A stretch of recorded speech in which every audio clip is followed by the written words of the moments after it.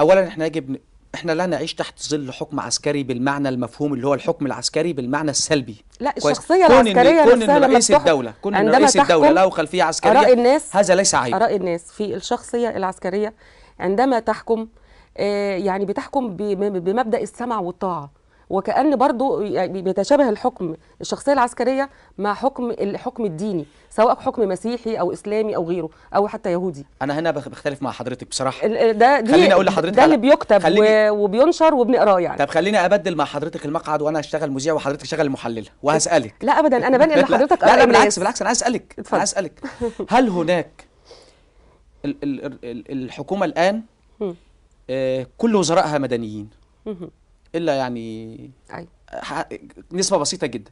هل هناك وزير مدني تقدم ببرنامج جيد للارتقاء بوزارته وتم رفضه؟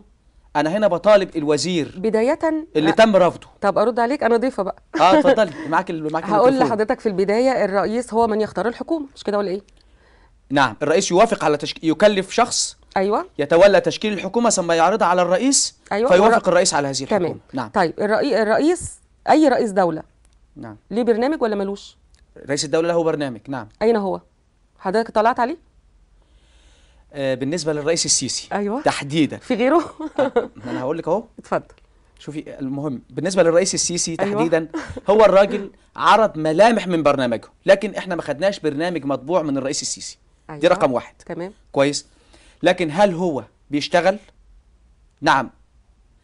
هل حد بيشتغل معاه؟ لا. مين المسؤول؟ كويس. مين المسؤول؟ الرئيس السيسي. انا من هنا بوجه لك، شوفي انا تقريبا مش مروح، يعني انا عامل حساب ان انا مش مروح. زي الرئيس السيسي خلينا مع بعض. الرئيس السيسي من هنا مش مروح، حد هيقبض عليك يعني ولا حاجه؟ لا لا لا. امال تقصد ايه؟